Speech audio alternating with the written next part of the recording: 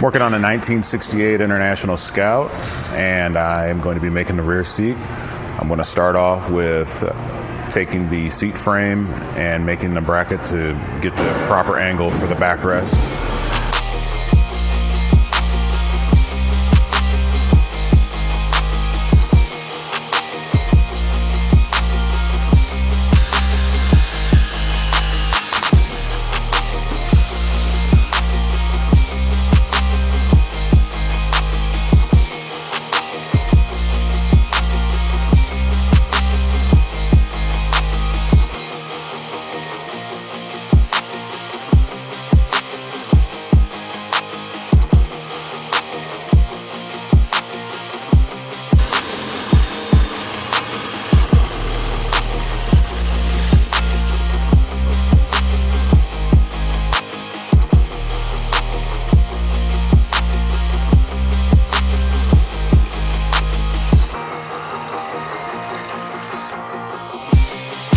So now that that's done, I'm going to start working on shaping the foam, the initial cuts to get to the right profile and pattern.